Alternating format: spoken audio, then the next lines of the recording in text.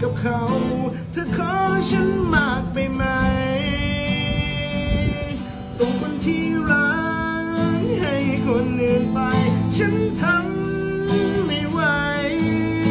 แค่เพียงเรื่องเดียวฉันขอเธอบ้างได้ไหม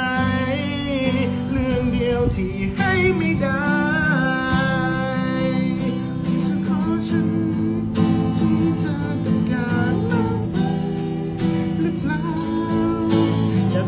กับเขาเธอขอฉันมากไปไหมส่งคนที่รักให้คนอื่นไปฉันทำไม่ไหวแค่เพียงเรื่องเดียวฉันขอเธอ